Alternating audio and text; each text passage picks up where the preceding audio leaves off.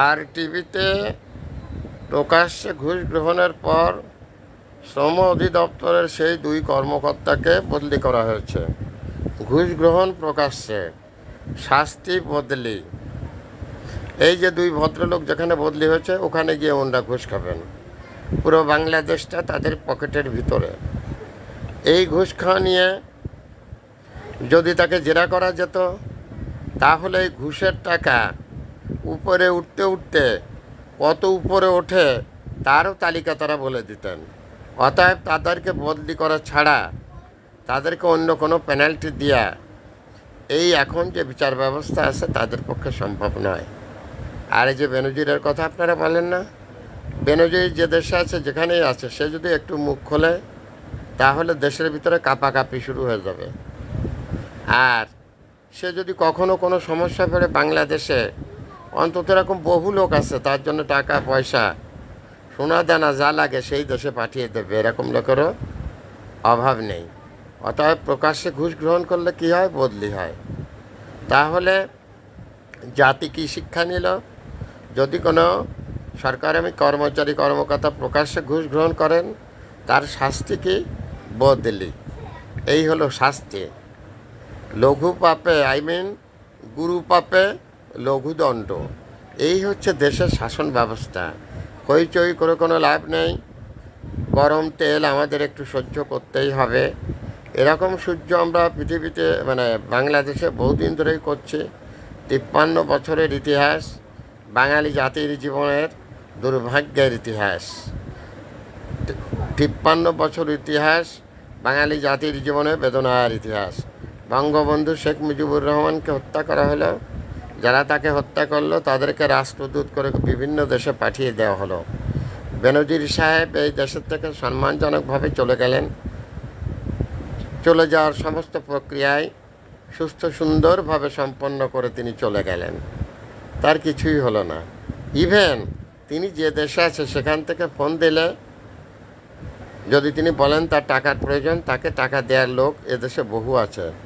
তার একটি মুখের কথায় এদেশের শাসন ব্যবস্থা ভেঙে পড়তে পারে, নো ডাউট অ্যাট অল। এই হচ্ছে বাংলাদেশ। বাংলাদেশটাকে এক শ্রেণীর লোক এটাকে ব্যবসা হিসেবে নিয়েছে। যেমন ব্রিটিশরা এর থেকে অনেক ভালো ছিল, উপনিবেশিক শাসন। তারা বলেও ছিল যে বাণিজ্য না হইলে তোমাদের দেশে থাকি আমরা কি করিবে, তোমাদের ঘোড়ার ঘাস কাটিবে। তারা এই দেশটাকে বাণিজ্যিক কেন্দ্র হিসেবে নিয়েছিল। দীর্ঘদিন তারা বাণিজ্য করে গেছে। আর স্বাধীনতা পরবর্তী 53 বছর ধরে যারা করছে তারাও বাণিজ্য করছে। বাণিজ্যের জন্য এই দেশটা খুবই ভালো। আগে বাণিজ্য করতো বিদেশরা, এখনও বাণিজ্য করছে আমাদের দেশের লোকজনেরা। যখন অনেক টাকা পয়সা হয়ে যাচ্ছে অবৈধভাবে, তারা কানাডা, দুবাই, বিভিন্ন জায়গায় গিয়ে বাড়িঘর দরজা করে সেখানে বসবাস করছে। যেতে পারে না কে? আমার মতো, আপনার মতো পাবলিক, যাদের যাওয়ার কোনো জায়গা নেই। সারা জীবন আমাদের এই দেশে বাঁচতে হবে, এই দেশে মরতে হবে, কারণ আমরা এই দেশে থাকতে বাধ্য। আমরা ইচ্ছে হলেও কোথাও যেতে পারবো না। তাই সুর মিলিয়ে বলতে চাই সবার সাথে, আমার সোনার বাংলা, আমি ইচ্ছাই হোক অনিচ্ছাই হোক তোমায় ভালোবাসি। কারণ আমি যদি তোমায় ভালো না বাসি তাহলে সেটা কী হবে? রাষ্ট্রীয় অপরাধ হবে। আর আমি যদি তোমাকে ভালো না বাসি, আমি কিন্তু এদেশ থেকে চলে যেতে পারবো না। অতএব আমি যেহেতু তোমার বুকে আছি, সেহেতু তোমাকে আমার ভালোবাসতেই হবে। আর যারা চলে যাচ্ছে তারা মুখে বলে আমার সোনার বাংলা, আমি তোমায় ভালোবাসি, কিন্তু অন্তরে তাদের বিষ। তারা ব্যবসা করার জন্য এই কথাটা বলে। যখন সব লুটপাট করে নিয়ে যায়, তারপর আর তারা জীবনেও বলে না আমার সোনার বাংলা, আমি তোমায় ভালোবাসি। এই কথাটা গরিবদেরকে বলতে হবে, চিরদিন বলতে হবে, কোনো সন্দেহ নাই। আমি মোহাম্মদ ফখরুল আলম মাস্টার, ওষুধ ঠিক মতো কিনে খেতে পারি না। প্রতিদিন আমার 400 টাকার ওষুধ লাগে। আমার এই সমস্যার কথা আমার ইউনিয়ন পরিষদের চেয়ারম্যান, উপজেলা চেয়ারম্যান, উপজেলা নির্বাহী অফিসার, আমার এলাকার এমপি, আমার এলাকার ডিসি সবাই জানে। কিন্তু সবাই নিশ্চুপ। তারা স্ট্যাচু অবস্থায় রয়ে গেছেন।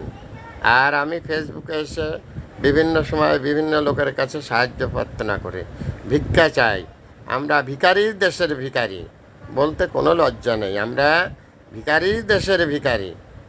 এই জন্য আমাদের ভিক্ষা চাইতে হয়, কারণ ভিক্ষা চাওয়া ছাড়া আর আমাদের কোনো পথ নেই।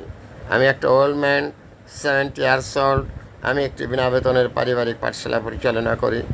আমার কাজ দেশের মানুষের মেরুদণ্ডকে সোজা করা, দেশের মানুষকে নিজের পক্ষে যেন তারা কিছুটা জ্ঞান আহরণ করতে পারে, সেই কার্যের সাথে আমি জড়িয়ে আছি। কিন্তু আমি ওষুধ বিনা মারা যায়। আমি এই দেশেরই নাগরিক, এই দেশেরই জনগণ, জনগণই সকল ক্ষমতার উৎস। আমরা হলাম এই দেশের মালিক। মালিকের দেশে ট্রিটমেন্ট নেই। কর্মচারী যারা, তারা চলে যাচ্ছে মাউন্ট এলিজাবেথ হাসপাতালে। তাহলে আপনি চিন্তা করেন যে কর্মচারীর জ্বর বেশি না মালিকের জ্বর বেশি? আমাদের দেশের ওবায়দুল কাদের সাহেব তো প্রায়ই বিদেশে যান। ওনার স্বাস্থ্য পরীক্ষা করার দরকার হলে উনি চলে যান। ওনার আব্বা কোনো দিন মাউন্ট এলিজাবেথ হাসপাতালে চিকিৎসা পেয়েছে কিনা আমি জানি না, তবে উনি ক্ষমতায় থাকাকালীন উনি এই সুযোগটা বেশ পাচ্ছেন। যদি কোনো দিন তিনি আবার ক্ষমতায় না থাকতে পারেন, সেদিন আর ওবায়দুল সাহেব মাউন্ট এলিজাবেথে যাওয়ার স্বপ্ন দেখবেন না। এই হচ্ছে বাংলাদেশ। বাংলাদেশের কথা কি বলবো? আমার বয়স 70 বছর, আমার সামনে কবর। আমাকে শ্যুট করে মেরে ফেললেও আমার কিচ্ছু যায় আসে না।